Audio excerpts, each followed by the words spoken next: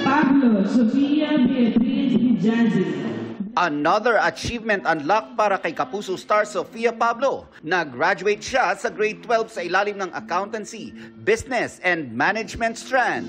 Dugot pawis daw ang ipinuhunan ng prinsesa ng City Jail star para maabot ang pangarap at pangakong diploma sa kanyang mga magulang. Napagsabay raw niya ang pag-aaral at pag-aartista, and God rewarded her efforts. Bukod sa inaasam na diploma, nasa top 4 pa siya sa klase. Paano mo na-train yung sarili mo? Paano ka nagkaroon ng disiplina for that? Ano po talaga, sinet ko kasi talaga yung goal ko na gusto kong makatapos, na mataas yung grades ko, na hindi siya magbabago from when I started, na mas mag-focus sa pag-aartista. She was able to maintain her excellent performance, even though she's doing everything online.